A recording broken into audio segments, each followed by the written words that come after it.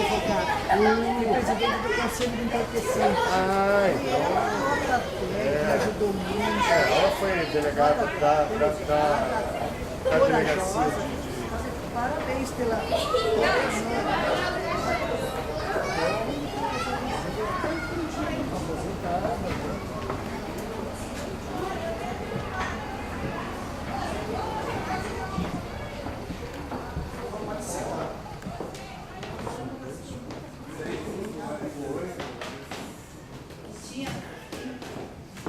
Como é que tá as armas do livro? Nossa. Do mesmo jeito, errado ainda, do mesmo jeito. Tem mais ou menos. Tem que anexar 36. Que linda essa cadeira aqui, ó. E a...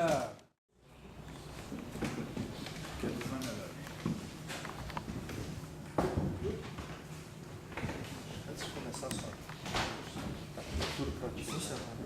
Não, licença.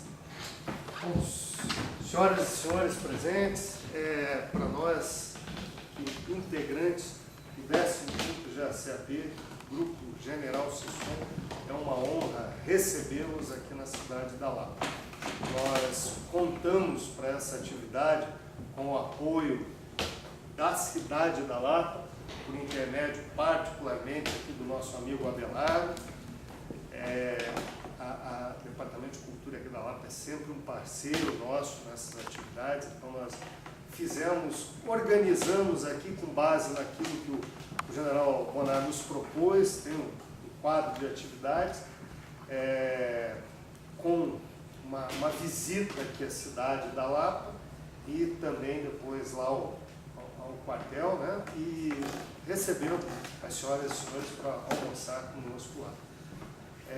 Eu quero dizer que essa atividade é para nós um motivo de satisfação, é um prazer, é um privilégio contarmos com a presença das senhoras e dos senhores aqui no dia de hoje, aqui nessa manhã e começo da tarde de hoje. Para nós é uma satisfação podermos participar juntamente com o Departamento de Cultura da Prefeitura de mostrarmos um pouco da cidade da Lapa. Nós integrantes do 15 GACAP, temos muito orgulho de estarmos aquartelados aqui nessa cidade histórica. E até por isso tudo a gente optou por fazer uma adequação, um pequeno ajuste naquela programação inicial. Então vamos começar aqui nesse teatro histórico, que depois o Abelardo vai explicar um pouquinho mais aqui sobre o teatro. Ele tem conhecimento, tem propriedade para explicar um pouco mais. Mas nós começaríamos aqui, depois tem um filmete aqui falando um pouco do Cerco da Lapa, depois um passeio, tudo aqui é bastante próximo, né? Aqui na parte histórica da cidade. Daí depois estaremos recebendo lá as senhoras e senhores lá no quartel, também uma coisa rápida ali no quartel e o nosso almoço. Esse é o nossa programação, nosso planejamento. Lá vamos também ter a oportunidade de falar um pouquinho, mostrar um pouco sobre o nosso grupo. Então, a ideia foi, segundo a proposta apresentada aqui pelo general Bonar, apresentar um pouquinho da parte histórica da Lapa e também um pouco lá sobre o nosso quartel. Mas eu não vou me alongar porque nós vamos ter oportunidade de conversar. E o tenente André, que é o nosso Relações Públicas, junto com o subtenente Lino e o Abelardo, foi quem prepararam todo esse evento. Eles vão apresentar aqui um audiovisual, um filminho, então, falando um pouco do Cerco da Lapa. E eu aguardarei as senhoras e senhores lá no quartel daqui a pouco. Cresceu a anarquia. Derrotados nas urnas, os partidários de Silveira Martins resolveram então conquistar o poder pela força. Veio a Guerra Civil. O exército que surgiu da fusão de federalistas e parlamentaristas ficou conhecido como os Maragatos, pois muitos de seus combatentes que vieram com o Exército Libertador do Uruguai eram imigrantes do distrito de Maragateria, da região de León, na Espanha. Usavam calças cheias de pregas e ajustadas nos joelhos, sempre de lenços vermelhos ou brancos. Percebendo a gravidade da rebelião e a ameaça à República, Floriano Peixoto envia tropas federais para o Rio Grande do Sul. Estas tropas passaram a ser denominadas de pica-paus pelos federalistas, por usarem fardas azuis com detalhes em vermelho e divisas brancas que levavam nos seus chapéus. As tropas federalistas eram lideradas pelo carismático Gumercindo Saraiva, considerado audaz e intrépido guerrilheiro alcunhado de Napoleão dos Pampas, que eletrizava seus comandados e era considerado um bravo soldado. Tomam a cidade de Desterro, atual Florianópolis, e depois Curitiba. No Paraná, a resistência em Tijucas e Paranaguá não resistiram por muito. Restava apenas um único foco: a Lapa.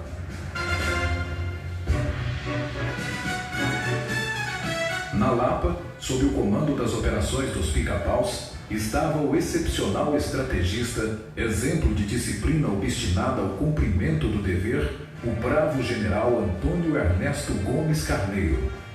Tendo já combatido na Guerra do Paraguai, merecia o título de General da República.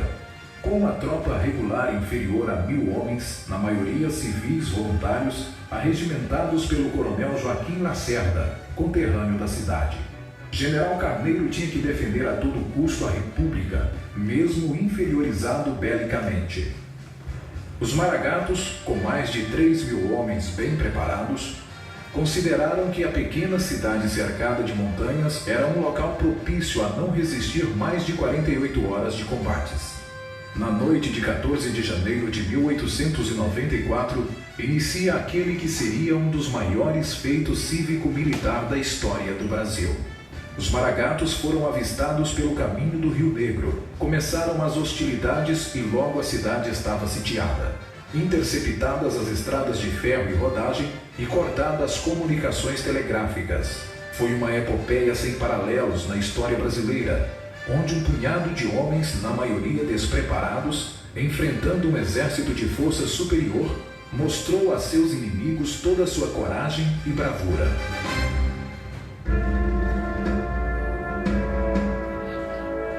No dia 21 de janeiro, Carneiro ordenou recuo e os federalistas tomaram sucessivamente a estação da Estrada de Ferro, o cemitério e o engenho Lacerda, passando a resistência a ser feita das trincheiras.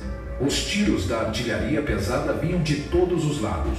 Os lugares mais visados eram a praça, o cemitério e a casa que serviria como hospital. Barricadas e trincheiras eram construídas para fazer a defesa das ações inimigas. A cada dia de batalha, a pequena cidade da Lapa se fragmentava em meio a um amontoado de cadáveres e muitos feridos. As casas já estavam todas esburacadas, faltava comida, remédios e munição. O mau cheiro dos cadáveres em decomposição era um suplício insuportável. Os dias se seguiram. Final de janeiro e início de fevereiro foram de combates contínuos. Os canhões no Boqueirão e no Monge faziam a destruição da cidade. Na noite de 6 para 7 de fevereiro, os federalistas ocuparam as casas das ruas das tropas e, vindo pelos quintais, chegaram até as casas da Rua da Boa Vista. Pela manhã, nas janelas da casa de Francisco de Paula, algumas dezenas de federalistas descarregavam seus fuzis quase que a queima-roupa. Diante de um iminente massacre, o general Carneiro ordenou que todos recuassem para a farmácia Westphalen, em frente à casa de Francisco de Paula, onde poderiam abrir fogo em igualdade de condições. Os combates prosseguiram num ritmo sangrento, que culminou com a morte de vários líderes da resistência, entre eles José Amintas da Costa Barros, bravo comandante do batalhão Floriano Peixoto, ferindo o coronel Cândido Ducídio Pereira, ilustre comandante do Regimento de Segurança do Paraná, e o general Carneiro, que na tentativa de salvar o tenente Henrique dos Santos, foi atingido por um projétil que lhe atravessou o estômago e o fígado. Agonizando nos braços do amigo, o doutor João Cândido Ferreira Lapiano, que chefiava o corpo médico da resistência, ainda encontrou forças para levantar a moral da tropa enviando uma ordem. O nosso dever continua sendo o mesmo princípio, e qualquer que seja a gravidade do meu ferimento, a sua resposta, João Cândido, deve ser uma só: o ferimento é leve. Imediatamente a bateria de artilharia comandada pelo capitão Sisson, que com ordens precisas e coragem obstinada defendeu bravamente o avanço inimigo. O líder civil da resistência, o lapiano Joaquim Rezende de Lacerda, trouxe reforços do batalhão Floriano na tentativa de uma última investida, que só cessou aproximadamente às 4 horas da tarde. Perto dali, ainda agonizante, o general Carneiro transmitia obstinadamente mais uma: resistamos, camaradas, porque nós militares não temos direitos, mas apenas deveres a cumprir. E os deveres de um soldado resumem-se em um único: queimar o último cartucho e depois morrer. Resistência, resistência, resistência a todo transe.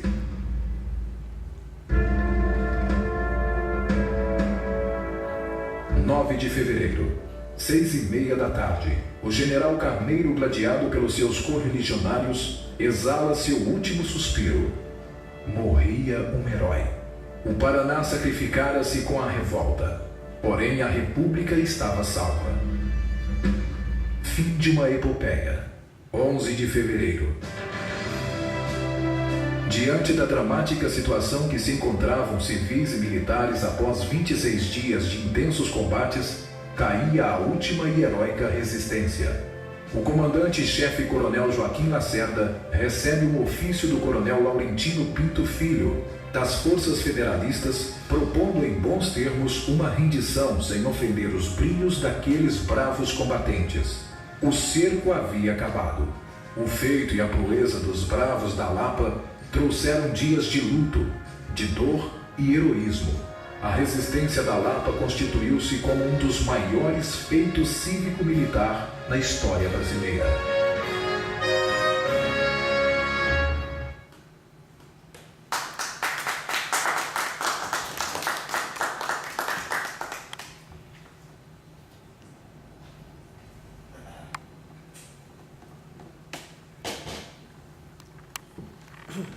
Tenente, enquanto o senhor muda aí o vídeo, o som da Prefeitura Municipal da Lapa em parceria com o 15º GACAP. Então todas as cenas de vídeo rodando ali foram produzidas conosco. Nós apoiamos, e para quem só me imaginar de barba vai ver que era ele que estava ali fazendo o General Gomes Carneiro. O próximo vídeo é o do filme, né? Tá. O próximo filme que vai ser passado é uma edição do filme Amor em Tempos de Guerra, que foi rodado pela RPC aqui na cidade da Lapa. Então eles tinham o projeto de fazer um filme de um episódio, e quando viram a estrutura que tinha aqui na Lapa, eles acabaram ampliando o projeto e foi feita uma minissérie em 3 episódios. E o próximo que nós vamos ver então é um resumo desse do Amor em Tempos de Guerra. Tanto esse quanto o vídeo anterior, os dois estão no YouTube, em resolução em HD. Dá para ver lá.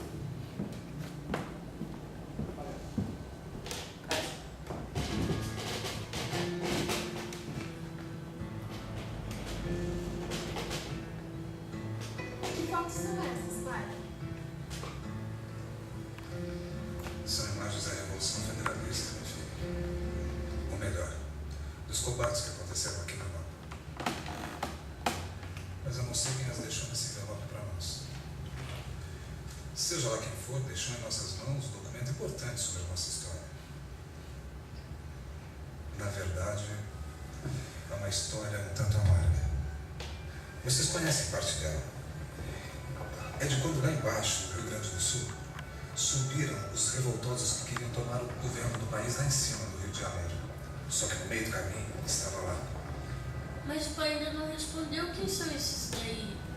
Este, meu filho, foi um dos nossos heróis, o coronel Dulcídio. Sim.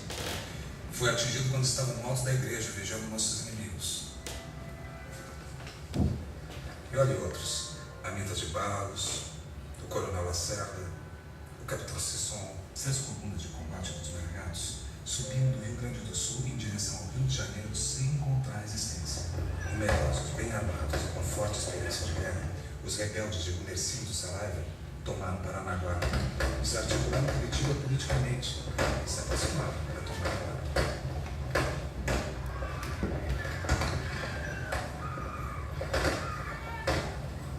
A Lapa se tornou uma cidade sitiada e protegida por civis, quase todos sem nenhum entendimento no uso de armas.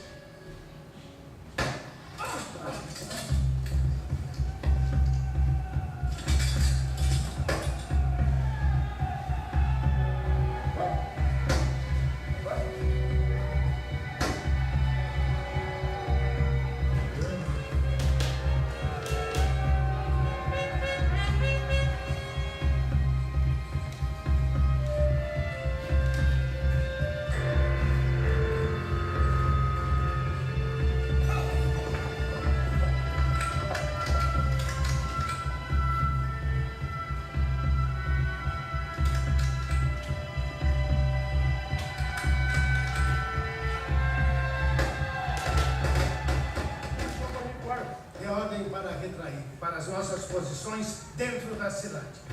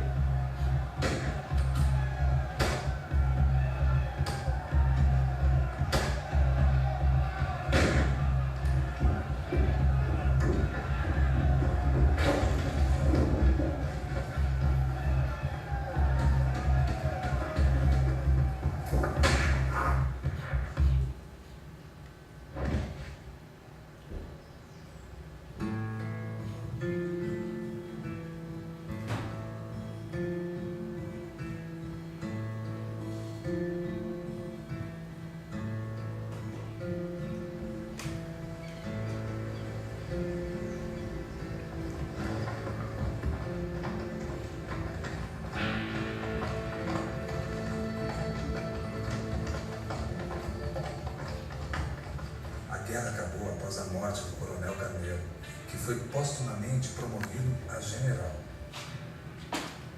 Mas quem matou o coronel Carneiro? Isso nunca se soube, meu filho. Sem seu líder e com muitos pica-paus mortos e feridos, a Lapa não conseguiu mais resistir. Mas os Malagatos, muito debilitados por 26 dias de batalha, quando acharam que tomariam a cidade em apenas 2, tiveram que bater em retirada. Foi tempo suficiente para as tropas leais a Floriano Peixoto se organizarem e descerem em grande número. Elas desmantelaram os rebeldes que se debandaram de volta para o Rio Grande do Sul e viram seu líder, o Mercindo Saraiva, ser morto com um tiro no peito.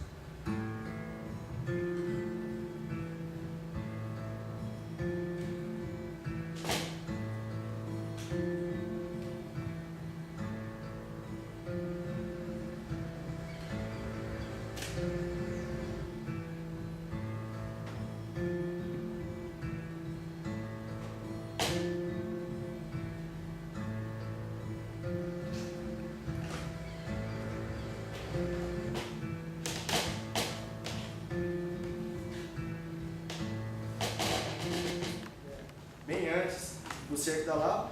Depois ainda passaremos pelo Panteão dos Heróis, pela Casa Lacerda e pela Casa da Memória. Tá certo? Você faz o favor, Daniel? Bom dia, sejam bem-vindos à Lapa, em nome da Prefeitura. Obrigado pela presença de vocês. Bom, nós estamos visitando então esse teatro aqui, que é o nosso teatro, é a Menina dos Olhos do município da Lapa, nosso orgulho, porque esse teatro aqui ele foi construído numa época em que não haviam recursos públicos para isso, e foi construído pela própria população da Lapa. A Lapa ela teve 3 ciclos econômicos importantes e que deixaram a população com uma situação boa, condições boas de vida, que foi o ciclo da erva mate, o ciclo do tropeirismo, que foi o primeiro, e o ciclo da madeira. Esses 3 ciclos econômicos possibilitaram os pais mandar os filhos para o Rio de Janeiro, para a Europa estudar.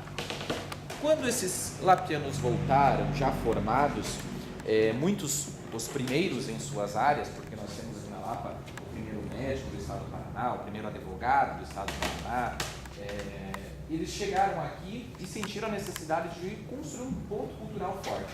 Se reuniram, fundaram uma associação que chamava-se Associação Literária Lapiana.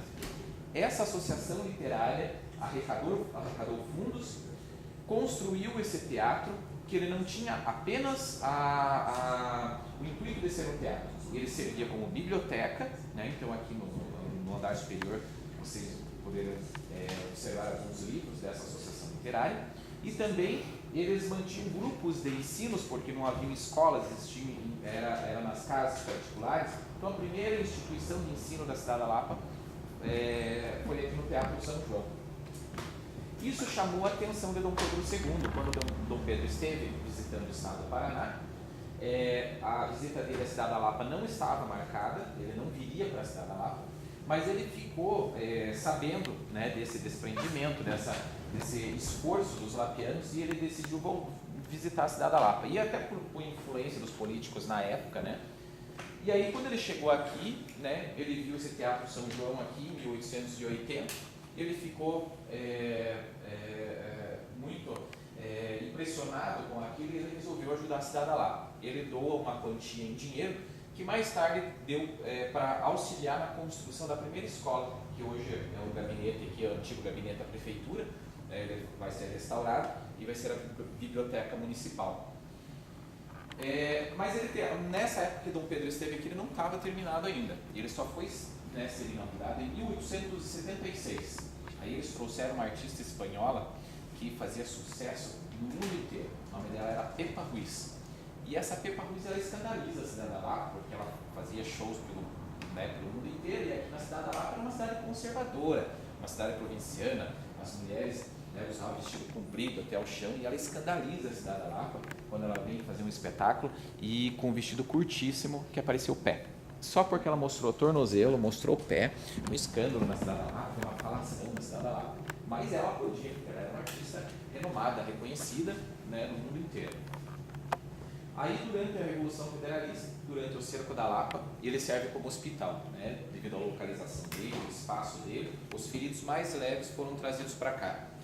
O médico e prefeito na época, o Dr. João Cândido, ele se estabeleceu na casa ao lado. Dessa casa ele podia atender os feridos aqui no teatro, né? E conta-se até que existia uma passagem no teatro. A gente não sabe até hoje, né, se existia ou não existia, mas é uma das histórias que a população conta, que existe uma passagem entre a casa ao lado e o teatro, para ele não ser baleado ao sair lá na rua lá, que os últimos dias a batalha estava acontecendo lá fora. Ele fazia passava por essa passagem. Aí teve uma época que ele virou salão da agropecuária, teve outra época que ele virou cinema,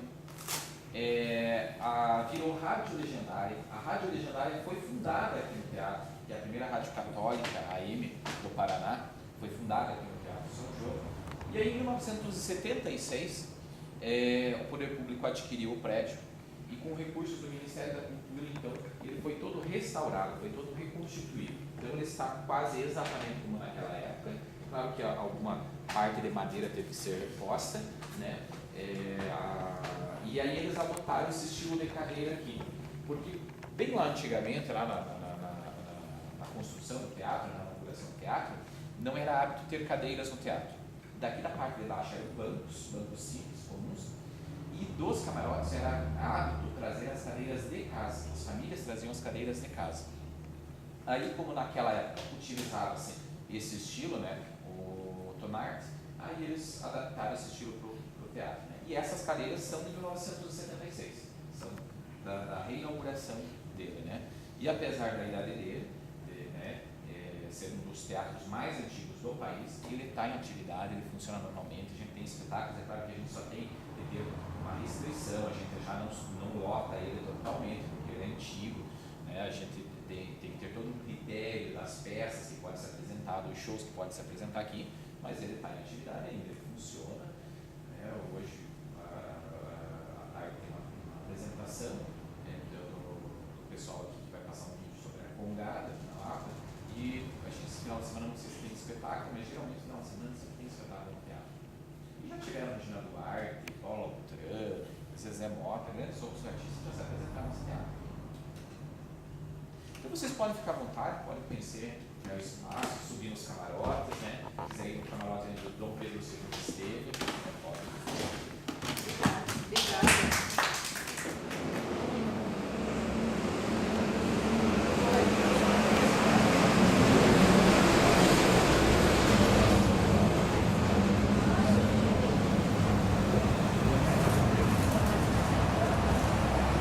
Primeiro engenheiro do Paraná, ó. Dr. Francisco Terésio Porto.